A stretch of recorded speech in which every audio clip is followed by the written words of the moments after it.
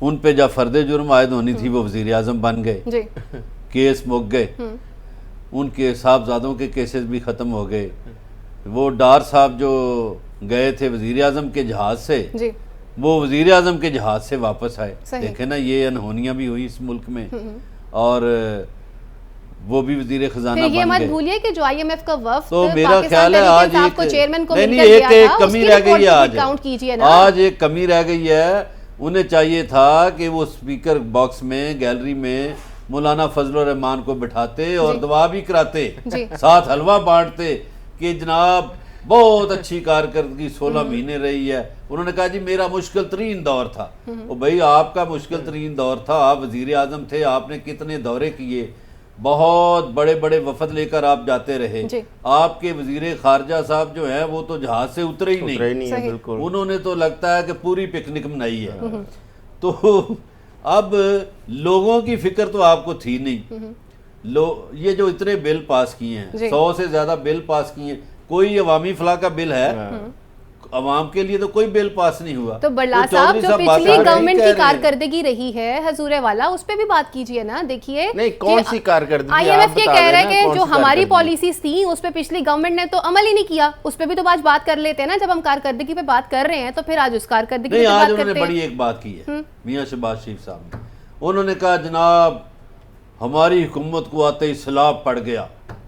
تو ان سے یہ کوئی پوچھے کہ جو آپ سے پہلے حکومت تھی ان کو تو کرونا ٹکرا تھا, 2 سال تو کووڈ رہا, آپ کو تو صرف ایک صوبے میں تو سیلاب پھر ٹکرا. برلاس صاحب اور چودھری صاحب اگر آپ یہ ایج ان کو دے رہے ہیں تو پھر یہ ایج ان کو بھی ملنا چاہیے کہ سیلاب تو رہا نا, قدرتی آفت تو آئی تھی جو ہم سب نے دیکھی. یہ جو آپ نے مقدمات والی بات کی ہے نا, آپ نے مقدمات ختم کروا لیے. اچھا اس پہ مجھے تھوڑا سا اختلاف رائے ہے. دیکھیں مقدمات سیاسی ہونے نہیں چاہیے. یہ سیاست دانوں کو یہ بات سمجھ نہیں آ رہی کہ ایک پارٹی نہیں سیاست کیا, نہ سیاسی کیا, یہاں تو کرپشن کے مقدمات بھی نہیں رہے جو نیب میں ترامیم کر لی گئیں, وہ 50 کروڑ سے کم شاہد کی حقان کرپشن ہے عباسی ہی نہیں. صاحب کا جو ایل این جی والا کیس تھا وہ آج اس نئی ترمیم کے ذریعے ان کو ریلیف مل گیا. اس میں نہیں, اس میں ہوتا کیا ہے کہ جب اس قسم کا مقدمات بنا رہے ہیں, 1-2 غلط کیسوں کی وجہ سے بہت سارے ایسے کیس بھی پھر معاف ہو جاتے ہیں جو بالکل حقیقت پر مبنی اور جینوئن ہوتے ہیں. آپ یہ کہنے کی کوشش کر رہے ہیں کہ پھر دیکھ لیں اعظم صاحب, میں آپ کو یہاں پہ روک رہی ہوں کہ پھر آپ یہ کہنے کی کوشش کر رہے ہیں کہ شاید پچھلی حکومت میں جو کیسز بنائے گئے تھے پھر وہ اتنے حقائق پر مبنی بھی نہیں تھے, بغیر تحقیق کے بھی بنائے گئے تھے. سیاسی پارٹیوں کے اگر آپ تھوڑا سا 30 سال پیچھے چلے جائیں نا, محترمہ بینظیر بھٹو سے آج کے دن تک, کبھی محترمہ کہا کرتی تھی کہ نواز شریف نے بڑا پتہ نہیں کون سا توفیق گروپ کے ساتھ مل کے کیا کچھ لوٹا ہے. کبھی نواز شریف کہا کرتے تھے سرے محل بنا لیا ہے. کبھی شہباز شریف کہا کرتے تھے کہ میں زرداری صاحب کو سڑکوں پہ گھسیٹوں گا. کبھی جناب زرداری صاحب جو ہے نا وہ یا بلاول صاحب کرپشن کے قصے یہاں پہ گنواتے تھے. آپ ایک دوسرے کے خلاف جھوٹے مقدمات بناؤ گے تو بدنام تو سیاستدان ہو رہے ہیں. برلا صاحب پھر ہم سمجھتے ہیں کہ بلاول بھٹو زرداری کے بیان کو انڈوز کیا جا رہا ہے. وہ بھی تو کہہ رہے تھے نا کہ جو کچھ آج پاکستان تحریک انصاف کے چیئرمین کے ساتھ ہو رہے ہیں مکافات عمل ہے. دیکھیں مکافات عمل, اس کو آج وہ پارلیمنٹ جو کل انہوں نے بات کیا مکافات عمل ہے. بھائی آپ مکافات عمل کی اگر بات کر رہے ہیں تو پھر آپ اس سے سبق لے لیتے. آپ کم از کم اس قسم کا جو سلسلہ ہے چودھری صاحب انہوں نے کہا نہیں ہے کہ آصف علی زرداری نواز شریف اپنی سیاست کے طریقے کو بدلیں. مکافات عمل کے ساتھ بلاول صاحب نے کیا کہا ہے. فائزہ اگر ان کی بات مان لیں کہ سیاستدانوں نے کرپشن نہیں کی, ایک دوسرے کے خلاف سیاسی مقدمات بنائے, تو لوٹ کے میں تو تسی کھا گئے ہو. کون کھا گیا؟ یہ جو دیکھیں کتنی پراپرٹیز ہیں شریف فیملی کی لندن میں, دبئی میں, اور زرداری فیملی کی کتنی پراپرٹیز ہیں, اور فیملیوں کی کتنی پراپرٹیز ہیں. میں آپ کو ایک قصہ سناتا ہوں کہ ایک بیوروکریٹ تھے سلیمان فاروقی. ہاں بالکل, سلیمان فاروقی صاحب سیکٹری مواصلات تھے جس وقت یہ موٹر وے بننا شروع ہوئی. تو سلیمان فاروقی صاحب اسلام آباد کے ایک بڑے ہوٹل میں داخل ہوئے. وہاں ایک مسلم لیگی جوڑا بیٹھا ہوا تھا, تو آ کے دعا سلام کی اور کہا کہ لو جی میاں نواز شریف میرا احسان نہیں بھول سکتا ساری زندگی, صحیح, اس کو میں نے سیٹل کر دیا ہے, اور پیسہ بارو بار کمیشن جڑا چلا گیا موٹر وے کا. صحیح. اب جب اس کے بعد بے نظیر بھٹو کی حکومت آئی تو سلیمان فاروقی صاحب بے-نظیر بھٹو کے بھی قریب ہو گئے. صحیح. تو کسی میرے جیسے نے یا اعظم چودھری صاحب جیسے بندے نے پوچھا کہ فاروقی صاحب تسی بے-نظیر دے بھی نیڑے ہو گئے ہو. انہوں نے کہا وہ جو کمیشن دیا تھا اس کی چیک کی کاپیاں میں نے رکھی ہوئی تھی, بے-نظیر کو ایک چیک کی کاپی دکھائی تو میں بے-نظیر کے قریب ہو گیا. برلاس صاحب پھر پچھلی دور حکومت میں چودھری صاحب پھر ایسے لوگ بھی ساتھ رہے ہیں جو پچھلی صفوں میں بھی ساتھ رہ چکے ہوئے, کیا پھر پاکستان تحریک انصاف کے چیئرمین نے لوگوں کو ساتھ نہیں رکھا؟ اس مثال سے میں یہ ازیوم کروں کہ آج کچھ نام ایسے بھی ڈسکس ہو رہے ہیں نگران وزیر اعظم کے لیے جو پچھلی حکومت کے بھی بہت قریب تھے, اس سے پچھلی حکومت کے بھی بہت قریب تھے, اور اتفاق سے اس سے جو پچھلی حکومت تھی 8 سے 13 تک اس کے بھی بہت قریب تھے. تو لہٰذا ان کے پاس لگتا ہے کچھ چیک کی کاپیاں ہیں جو وہ دکھاتے ہیں اور ہر حکومت کے نزدیک ہو جاتے ہیں. اچھا, کارکردگی کے حوالے سے بات کی جا رہی ہے کہ 16 ماہ کی ایسی کوئی چٹ ہے, کچھ نہ کچھ ہے نا. اچھا یہ جو بات فائزہ آپ کر رہی ہیں نا کہ پچھلی حکومت نے کوئی کیس نہیں بنایا. صحیح. یہ کیسز جو پیپلز صرف ایک پارٹی منی لانڈرنگ والا شہباز شریف والا کیس جو ہے وہ پچھلی حکومت کے دور کا ہے, باقی کیسز اس سے پہلے کے ہیں. باقی کیسز پیپلز پارٹی اور نون لیگ نے ایک دوسرے کے خلاف بنائے یا ان کے دور میں بنے. دیکھیں کرپشن تو ہوئی ہے, یہ نہیں ہو سکتا کہ جو عوام کرپشن کے سامنے آ کر دیے جاتے تھے, پیسہ واپس آ جائے گا, میں لوٹی ہوئی دولت کو واپس لے کر آؤں گا, روزگار بھی آ جائے گا, گھر بھی آ جائیں گے, نوکریاں بھی آ جائیں گی. پھر جب کارکردگی چل رہی ہے تو نہیں تسی مینوں یہ دسو اگر انہوں نے کرپشن نہیں کی یہ خزانہ کنے خالی کیتا؟ یہ ملک کیسے غریب ہو گیا, یہ ملک کیسے پیچھے ہو گیا جو جنوبی ایشیا میں سب سے آگے تھا؟ وہ جو آپ نے پہلے کہا نا کہ پھر آپ یہ بنگلہ دیش اور انڈیا 90 تک ہمارے پیچھے تھے. برلاس صاحب اتنی خوبصورت باتیں کر رہے ہیں آپ, تو پھر اب یہ بھی بتا دیجئے نا کہ کیا پچھلی حکومت نے غلطیاں نہیں کی تھی؟ پچھلی حکومت کے جو اب کرنٹ چیئرمین ہیں پاکستان تحریک انصاف کے, کیا ان سے غلطیاں سرزد نہیں ہوئی؟ اسی میں سے آنے ہیں نا بندے. کرپشن پاکستان کا انہوں نے بھی اپنی کیبنٹ میں وہی لوگ رکھے ہیں جن کے بارے میں وہ جانتے بھی تھے کہ یہ لوگ کیا کر رہے ہیں, لیکن کیبنٹ میں شامل رکھے اپنے ساتھ. 1980 کے بعد چودھری صاحب کرپشن اس طرح عروج پکڑنے لگی کہ کرپشن اداروں میں بھی گھس گئی, اور آج کل پاکستان کی یہ صورتحال ہے کہ کرپشن کے بغیر کوئی کام ہی نہیں ہوتا.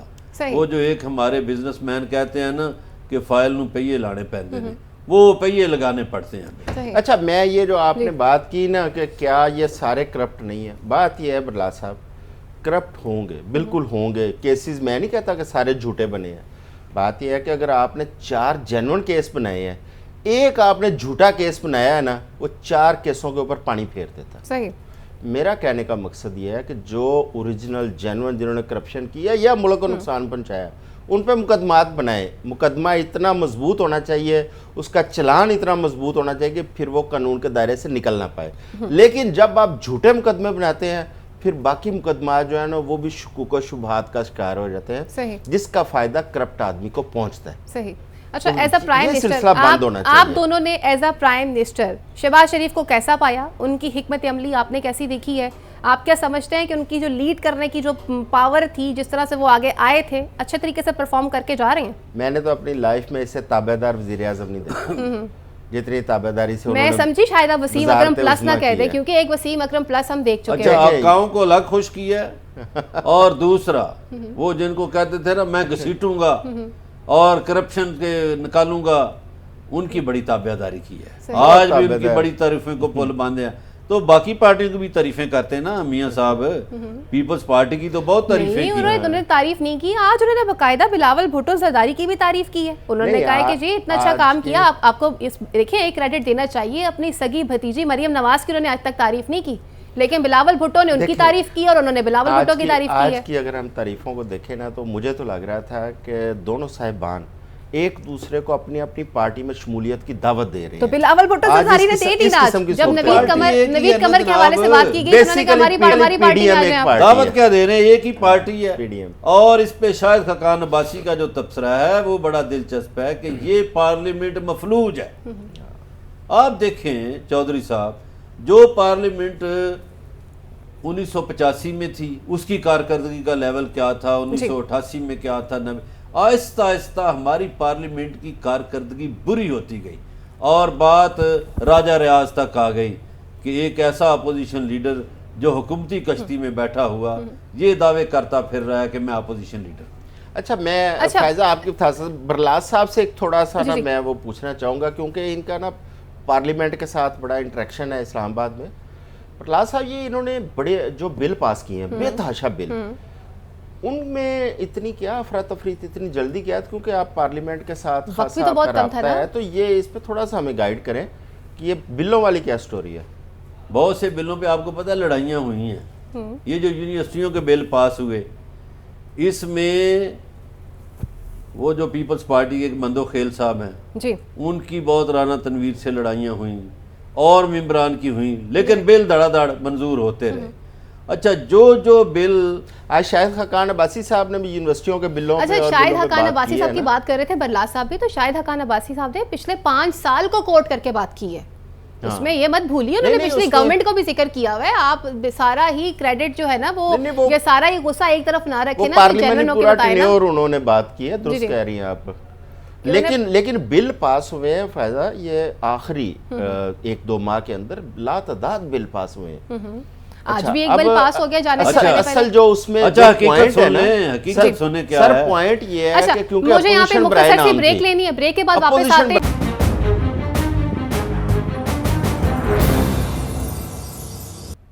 ویلکم بیک ناظرین, آپ کو دوبارہ سے خوش آمدید کہتے ہیں. اعظم چودھری صاحب, ہم بریک پہ جانے سے پہلے کارکردگی کے حوالے سے بات کر رہے تھے, تو جہاں ہم 16 ماہ کی کارکردگی کو اتنا سوالیہ نشان بنا کر ڈسکس کر رہے ہیں, تو پھر اس سے پچھلے 3 سال بھی ڈسکس کر لینے چاہیے ہم لوگوں کو.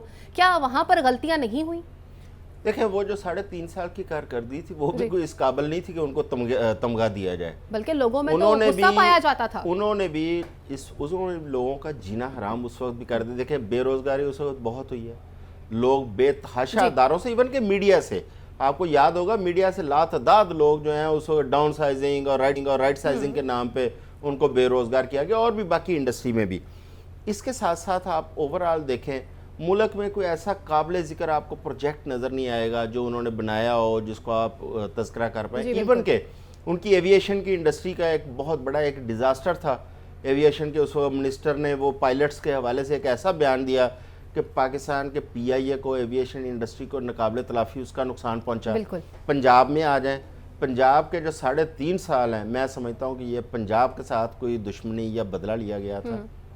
میں نے پنجاب میں اتنے برے حالات نہیں دیکھے جو میں نے بزدار گورنمنٹ میں اس میں دیکھے. وسیم اکرم پلس کہتے تھے ان کو. ہاں, اس میں کرپشن بھی اسی طرح تھی. اس میں مطلب اس بندے کا کوئی ویژن ہی نہیں تھا کہ میں نے کوئی ڈیولپمنٹ ورک کرنا ہے, میں نے بڑے شہروں میٹروپولیٹن سٹی ہو, چھوٹے شہر ہوں, ان کی کوئی ڈیولپمنٹ کرنی ہے, کسانوں کے لیے کچھ کرنا ہے. آپ کو کوئی ایسی چیز قابل قدر نظر نہیں آتی.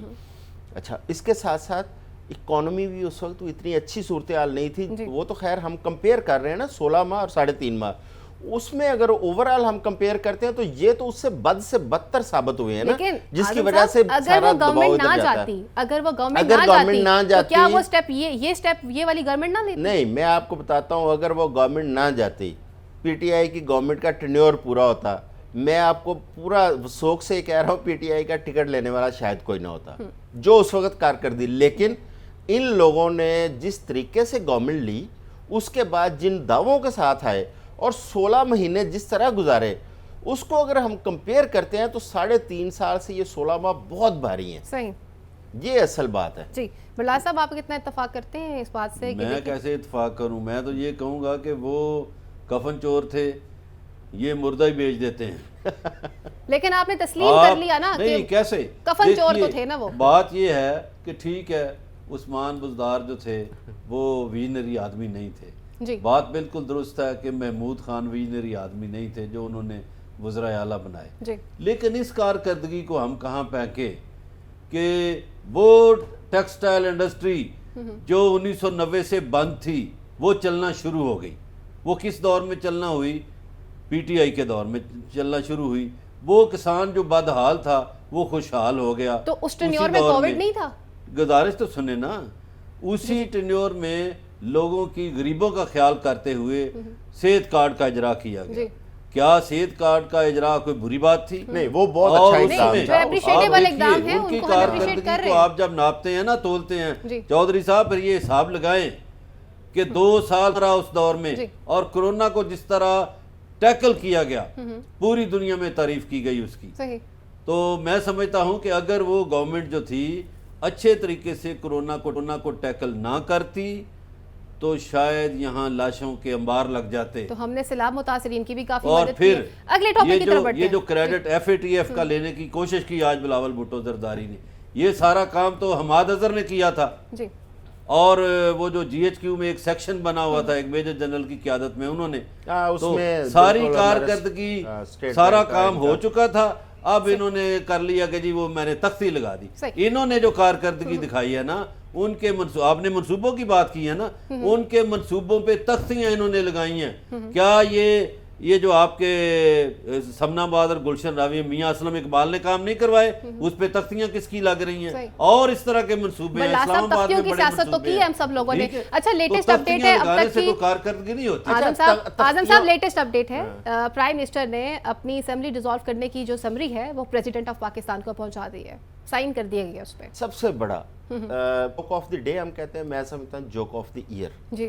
جوک آف دی ایئر یہ تھا کہ راجہ ریاض جو اپوزیشن لیڈر ہیں، جن کے بارے میں یہ ایک پرسیپشن پائی جاتی ہے کہ انہیں کوئی کام ہی نہیں ہے، ان کے پاس وزیر اعظم سے ملاقات کا ٹائم نہیں تھا. آج وہ ملے ہی نہیں. انہوں نے کل بھی ملاقات کرنی تھی، انہوں نے آج بھی ملاقات کرنی تھی، لیکن ابھی تک میرا خیال ہے کہ کوئی ملاقات نہیں ہو پائی. اچھا اسمبلی میں اور یہ وہی راجہ ریاض صاحب ہیں اپوزیشن لیڈر جن کے پاس ملاقات کا ٹائم نہیں ہے. لیکن آج ہی میری نظر سے ایک خبر گزری کہ ستمبر کے پہلے یا دوسرے ہفتے میں محترمہ مریم نواز صاحبہ فیصل آباد جا رہی ہیں اور راجہ صاحب باقاعدہ مسلم لیگ نون میں شمولیت اختیار کریں گے. اچھا. اور آج انہوں نے تقریر کی ہے اسمبلی میں، آپ اس کو کس طرح سے دیکھتے؟ انہوں نے کہا کہ جی ہم نے پچھلی حکومت کو نا عروج پر چھوڑا تھا، اور یہ وہی لوگ ہیں جو پھر انہوں نے کہا کہ جی میں تو وہاں پر ان کی کافی میں نے غلط چیزیں دیکھی ہیں اور خاموش رہا ہوں. کیوں خاموش رہے ہیں؟ اپنے مفاد کے لیے تھے، کس لیے خاموش تھے؟ میں اس خاموشی کو مجرمانہ خاموشی کہتا ہوں. جی.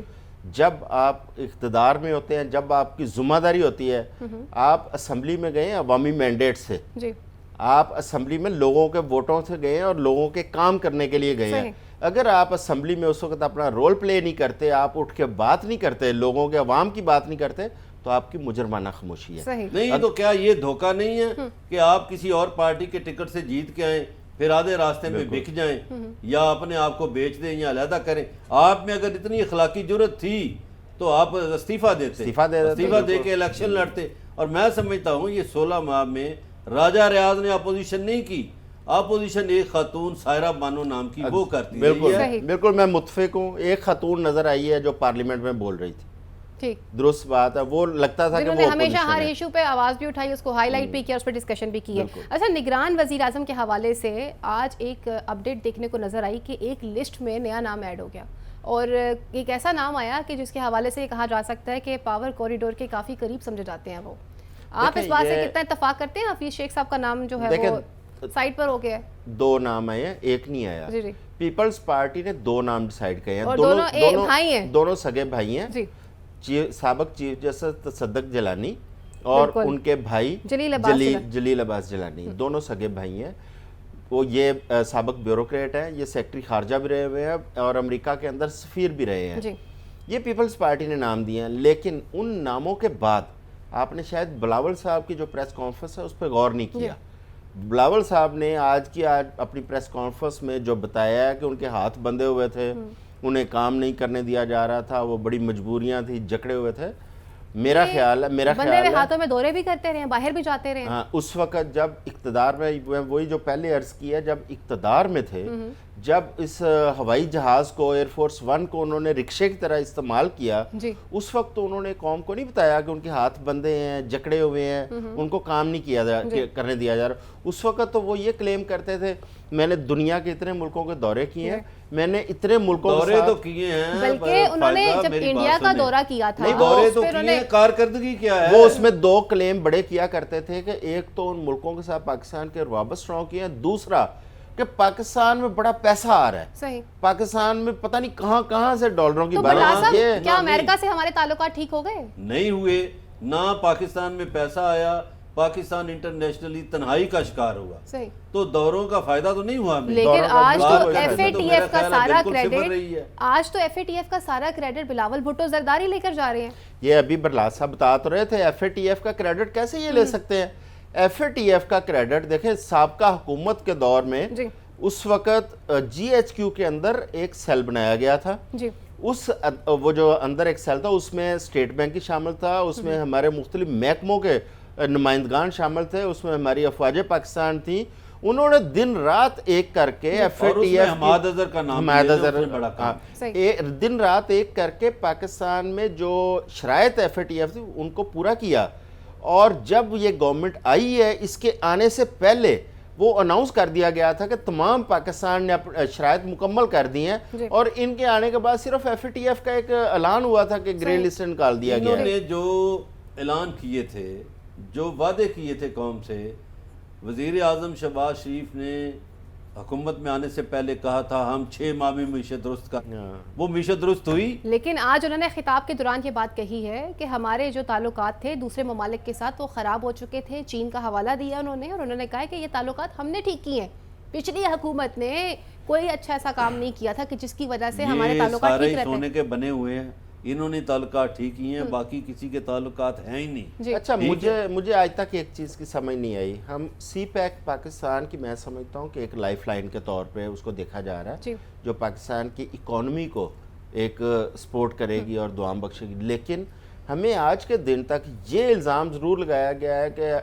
سی پیک کا کام سلو ہو گیا تھا, سی پیک پہ رکاوٹ ڈالی گئی تھی, لیکن آج تک یہ نہیں بتایا گیا کس جگہ پہ, کس پوائنٹ پہ, کس شخص کی وجہ سے. وہ چین کے امبیسڈر نے کیا کہا, انہوں نے آپ کے ایک وزیر کے بارے میں, احسن اقبال کے بارے میں کہا کہ یہ جھوٹ بول رہا ہے. صحیح. کوئی سلو نہیں ہوا کام, کوئی کام رکا ہی نہیں. میں آپ کو ایک واقعہ سناتا ہوں. گزشتہ دنوں مجھے چند جرنلسٹوں کو ہمیں چائنا جانے کا اتفاق ہوا. سرکاری ٹور تھا وہ. چائنا کے اندر ہمارے پاکستان کے جو امبیسڈر ہیں معین الحق صاحب, ہمارے سرکاری نمائندے جو وہاں پہ اور بھی موجود ہیں, اس کے علاوہ وہاں پہ چائنیز جو ہمیں ہوسٹ کر رہے تھے, چائنیز گورنمنٹ کے اور میڈیا کے لوگ, ہر بندے سے میں نے پوچھا کہ سی پیک کے اوپر پاکستان میں پچھلے ادوار میں کیا رکاوٹ آئی, کس نے رکاوٹ ڈالی. برلاس صاحب مجھے کسی نے اس پہ کوئی گائیڈ نہیں کیا. میں نے بار بار پوچھا, میں نے کہا جی ہمیں کنفیوژن ہے, مجھے یہ ضرور گائیڈ کریں کہ رکاوٹ کہاں پہ آئی, سی پیک کیوں. انہوں نے ایک سمپل جواب دیا کہ جی 2 سال پوری دنیا بند ہو گئی تھی, سلو ڈاؤن ہو گئی تھی کووڈ کے دور میں. وہ 2 سال سی پیک سلو ہوا, اس کے علاوہ سی پیک کے کسی قسم کی کوئی رکاوٹ نہیں ہے. بالکل صحیح ہے, میں بھی یہی بتانا چاہ رہا تھا کہ 2 سال تو دنیا بند رہی. یہ چائنیز نے خود کہا, انہوں نے کہا صرف سی پیک میں سلو. آج کے خطاب میں وزیر اعظم نے یہ کہا ہے کہ سابق وزیر اعظم کو جو سزا دی گئی ہے ہمیں اس پہ خوش نہیں ہونا چاہیے, بلکہ ہمیں اسے سبق حاصل کرنا چاہیے. اگر سزا کا یہ حوالہ دیا جا رہا ہے تو پھر ایک سزا ان کے بھائی کو بھی ملی تھی, پھر ایک سزا ان کی بھتیجی مریم نواز کو بھی ملی تھی, اور جب خود ان پر فرد جرم عائد ہونے والا تھا وہ پرائم منسٹر بن گئے تھے. آپ اس حوالے سے کیا کہیں گے؟ آپ نے آپ کے دور میں نااہل ہو گئے الیکشن کمیشن سے, پی ٹی آئی کے چیئرمین ہو گئے نااہل. آپ نے 50 روپے کا اسٹامپ پیپر دیا تھا اور کہا تھا کہ 8 ہفتوں میں میں لے کر آؤں گا, آپ ضامن بنے. تو آپ نے تو کورٹ کو چیٹ کر دیا. آپ خود نہیں نااہل ہوئے, آپ بھی تو نااہل ہوتے ہیں, آپ نے بھی تو جھوٹ بولا ہے, تو یہ کیوں بھول جاتے ہیں کہ ہم نے جھوٹ بولا ہے. اور اسی طرح دیکھیے, میں نے کل بھی ایک بات وضاحت کی تھی کہ چیئرمین پی ٹی آئی کے کیس میں اور ان کے کیس میں بڑا فرق ہے. ان کو سپریم کورٹ نے نااہل قرار دیا تھا نواز شریف کو, جبکہ چیئرمین پی ٹی آئی کو نااہل قرار دے رہا ہے الیکشن کمیشن. ان کے پاس 2 فورم ہے ابھی ہائی کورٹ ان کے پاس ہے, سپریم کورٹ ان کے پاس ہے, وہ جا سکتے ہیں, فورم سے رجوع کر سکتے ہیں. اچھا, اس میں پیپلز پارٹی کا, کیونکہ بلاول صاحب نے یہ بات کی نا, پیپلز پارٹی کے حوالے سے ایک ہماری سوچ پائی جاتی تھی کہ یہ بڑی جمہوری پارٹی ہے اور اس کے اندر جمہوری روایات کی بات کی جاتی ہے, اور آئین کی بالادستی کی بات کی جاتی ہے. لیکن میں وہ اسی طرح برلاس صاحب پچھلے 16 ماہ کے دوران اس پارٹی نے نہ جمہوری روایات کی پاسداری کی, نہ ہیومن رائٹس کی پاسداری کی, نہ میڈیا فریڈم کی پاسداری کی. پتہ نہیں وہ والی پیپلز پارٹی کہاں چلی گئی ہے جو پیپلز پارٹی یہ باتیں کرتی تھی. آج تو ایک نئی پیپلز پارٹی دیکھیں, ایک پیپلز پارٹی بھٹو کی تھی, ایک پیپلز پارٹی بے نظیر بھٹو کی تھی, اس کے بعد ایک نئی پیپلز پارٹی ہم نے دیکھی آصف علی زرداری صاحب کی, اور اب ہم چوتھی پیپلز پارٹی دیکھ رہے ہیں بلاول زرداری کی. اب یہ پیپلز پارٹی, اس کا پتہ نہیں کیا ایجنڈا ہے جو شہباز شریف میں اور ان میں اتنی محبتیں بڑھ گئی ہیں. میں اسی بات پہ سرپرائز ہوں کہ دونوں نے ایک دوسرے کی تعریف کی ہے. اچھا, ناقدین ایک سوال کرتے ہیں کہ چودھری صاحب, ایک بڑا بھائی اپنے چھوٹے بھائی کے دور حکومت میں وطن واپس نہیں آ سکا, اس کی کیا ریزن ہے؟ حالانکہ شہباز شریف نے, جیسے بات کی جا رہی ہے, کیسز اچھے طریقے سے ختم ہو گئے, ساری چیزوں کو اچھے طریقے سے سنبھال لیا, ہر چیز اپنی مرضی کے مطابق ہوگی, ترامیم بھی کی گئی. $1 ملین کوسچن ہے آپ کا. دیکھیں, جب حکومت کے اندر رہتے ہوئے تمام لوگوں کے مقدمات ختم ہو گئے, تمام لوگوں کی سزائیں ختم ہو گئی, 2 لوگوں کی سزائیں ختم نہیں, 2 لوگوں, ایک کی سزا اور ایک کے مقدمات ختم نہیں ہوئے. ایک شہباز شریف صاحب کے بڑے بھائی میاں نواز شریف صاحب, ایک شہباز شریف صاحب کے داماد علی عمران صاحب. صحیح, یہ 2 لوگ ایسے ہیں جو پاکستان نہیں آئے.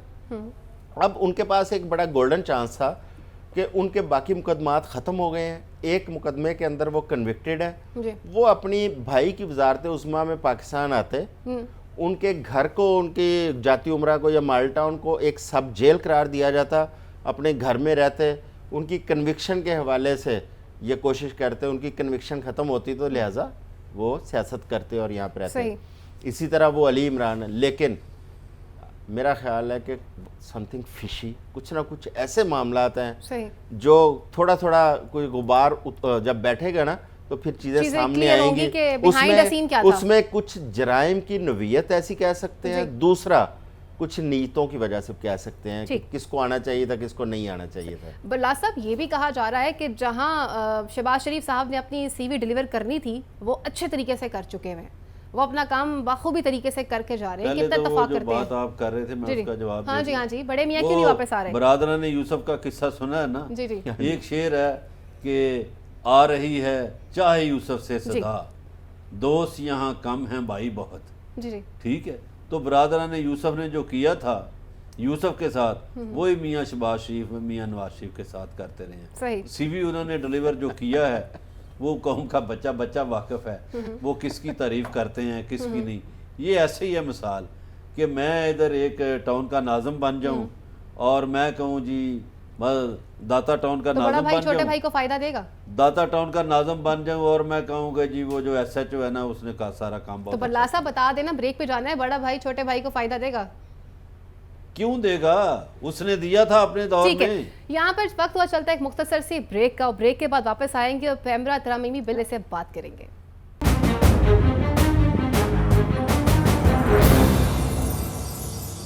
ویلکم بیک ناظرین. حکومت نے جانے سے پہلے ایک نیا پیمرا ترمیمی بل بھی منظور کروایا ہے سینٹ سے اور قومی اسمبلی سے بھی. 122 بل اس سے پہلے منظور کروائی گئے ہیں.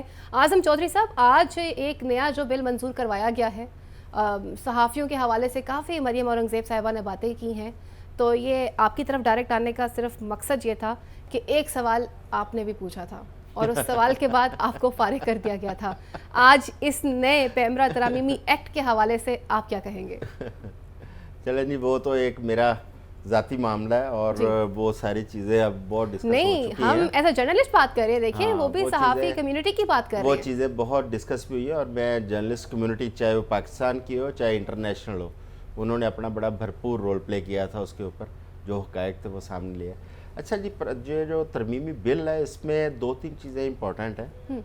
ٹھیک ہے, بل پاس ہوا ہے, اچھی بات ہے, لیکن میں ایک چیز آپ کو پہلے بتا دوں کہ یہ حکومتوں نے, سیاسی حکومتوں نے جب میڈیا کے حوالے سے نئے قوانین بنائے ہیں یا اس میں بل پاس کیے ہیں, ان میں جہاں کچھ جان بوجھ کے انہوں نے گڑبڑ کی ہے, وہ ہمیشہ ان کے اپنے گلے پڑی ہے. ماضی کی یہ اگزامپل ہے. اس بل کے اندر کچھ چیزیں اچھی ہیں, کچھ چیزیں ابھی بھی ایسی ہیں جن پہ بحث کی ضرورت ہے, جن کو مزید ترامیم کی ضرورت. مثلاً پیمرا کے چیئرمین کی تعیناتی, پہلے پیمرا کے چیئرمین کی تعیناتی جو ہے نا وہ بڑا ایک سمپل سا آسان سا انہوں نے گورنمنٹ نے رکھا ہوا, لیکن اب اس کو پراپر ایک کمیٹی انہوں نے کہا کہ پارلیمنٹ اس کی کرے گا, فیصلہ کرے گا. وزارت اطلاعات 5 نام, ایک کمیٹی بنے گی پارلیمنٹ کمیٹی, اس کو دے گی 30 دن تک, وہ کمیٹی ان پہ غور کرے گی. اگر وہ کمیٹی فائنل کر لیتی ہے ویل اینڈ گڈ, ورنہ وہ نام چلے جائیں گے پرائم منسٹر آفس میں. پرائم منسٹر اپوزیشن لیڈر دونوں باہمی مشاورت کے ساتھ ایک نام فائنل کریں گے جو چیئرمین پیمرا لگایا جائے گا.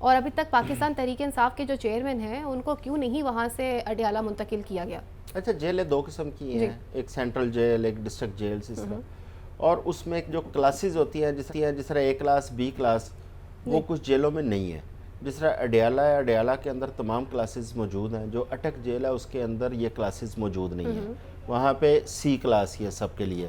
اگر وہاں پہ جس طرح چیئرمین پی ٹی آئی جو ہے اس کو وہاں پہ رکھا گیا ان کو، تو ان کے لیے وہ ان کی جو بی کلاس کی جو ان کی فیسلٹیز ہیں وہ ویسے ان کو پرووائڈ کر سکتے ہیں، لیکن اس جیل کے اندر پہلے سے ایسی بیرکس یا ایسی چیزیں موجود نہیں ہیں کہ جو ایزیلی رکھا جا سکے. جس طرح کوٹ لکھپت جیل لاہور کے اندر آپ کو یاد ہوگا زرداری صاحب گرفتار تھے تو ایک اسپیشل بیرک بنائی گئی تھی جس کا ایک اپنا کمپاؤنڈ تھا، اور اس کے بعد میاں نواز شریف صاحب بھی اسی بیرک میں رہ کے آئے ہیں. تو اس طرح وہاں پہ کوئی ایسی چیز نہیں، وہاں پہ روٹین کی ساری ایک جیسی بیرکس ہیں، اور انہی میں سے ایک بیرک کے اندر چیئرمین پی ٹی آئی کو رکھا گیا. تحریک انصاف سابق رہنما جو آج کل استحکام پاکستان پارٹی کا حصہ ہے، فیاض الحسن چوہان صاحب، وہ یہ بات کہتے ہوئے نظر آئے ہیں کہ پاکستان تحریک انصاف کے جو چیئرمین ہیں انہوں نے تو کہا تھا کہ یہ تمام چیزیں ایک لیول پہ آ جانی چاہیے. اب وہ کس طرح سے ایک کلاس مانگ رہے ہیں؟ فیاض الحسن چوہان کا سفر جو ہے وہ جماعت اسلامی سے شروع ہوا تھا، اور پھر وہ مختلف پارٹیوں سے ہوتے ہوئے اب استحکام پاکستان پارٹی میں آ گئے ہیں. تو میرا خیال ہے یہی کافی ہے ان کے لیے کہ ان کا سیاسی موقف جو ہے وہ کتنا مستقل تھا. اور اب وہ ظاہر ہے جب تک وہ پی ٹی آئی میں تھے اس وقت تک تو گیت گاتے تھے روز. اچھا اس میں اگر ایک منٹ ہے تو میں ایک چیز ایڈ کروں گا. فیاض الحسن چوہان صاحب جو ہے نا وہ منسٹر رہے ہیں جیل خانہ جات کے. جی بالکل بات ان کی درست ہے. وہ یہ تھا کہ تمام سی کلاس ختم کر کے تمام قیدیوں کو ایک جیسی سہولتیں دی گئی تھیں. قیدی کو گدا بھی اس میں مینول میں شامل کیا گیا تھا، اس میں پنکھا ایئر کولر بھی شامل کیا گیا تھا، اس میں ٹی وی، اخبارات اور کتابیں بھی شامل کی گئی تھی. اس میں یہ کیا گیا تھا تمام قیدیوں کو یکساں سہولیات مہیا کی جائیں. اس حد تک بات ٹھیک ہے. یہ بات کہنا کہ تمام سہولتیں ختم کر دی یہ غلط ہے. چودھری صاحب میں اس بات سے بالکل اختلاف یہ کروں گا کہ جب تک آپ کسی کے ساتھ ہوں تو اس کو گیت گاتے جائیں، اور جب مخالف ہو جائیں تو پھر اس میں سے برائیاں نکالنی شروع کر دیں. مختصر ہے برلاس صاحب، اس پہ بھی روشنی ڈال دیجیے گا جاتے جاتے کہ ان کے جو وکلاء ہیں ان کو سنا نہیں جا رہا. نعیم پنجوتا صاحب بھی کورٹ میں گئے تھے، ان کو نہیں سنا گیا، اور یہ پرسیپشن بھی سامنے آ رہا ہے کہ 13 اگست سے جو ہے نا وہ جج صاحبان کی چھٹیاں شروع ہو جائیں گی، اور یہ ٹولز اس لیے استعمال کیے جا رہے ہیں کہ ابھی کچھ عرصہ وہ وہیں پر رہیں. نہیں ان کے کیسز دیکھیے وکلا خود بعض اوقات یہ جو ابھی چودھری صاحب نے بات کی نا کہ عدلیہ پہ بڑا دباؤ ہے، وکلا خود بعض اوقات کیسز میں نہیں جاتے، تو ان کے وکلا کو تو آلریڈی دوسرے کیسز میں انگیج کر دیا ہے. یہ جائیں گے، اور میرا خیال ہے کہ اگلے ہفتے ان کو اچھا ریلیف مل جائے گا، ان کی بیل ہو جائے گی ان کے. صحیح، آپ یہ کہہ ہو جائے. لیکن میرا خیال ہے کہ جتنی مقدمات ہیں اور جس قسم کے مقدمات کی نوعیت ہے، میرا خیال ہے کہ بیل ہونا ایک علیحدہ چیز ہے، رہائی ہونا میرا خیال ہے ایک لمبا کام ہے. صحیح، ابھی ٹائم لگ جائے. مجھے تو یہی لگ رہا ہے کہ رہائی جو ہے نا وہ ابھی لمبا کام ہے. میرے معزز پینل کا بہت بہت شکریہ. پروگرام کا وقت بھی یہیں پر ختم ہوا چلتا ہے. اگلے پروگرام تک کے لیے اپنی میزبان فائزہ بخاری کو میرے معزز پینل کو اجازت دیجیے. اللہ نے کے بان، پاکستان زندہ باد.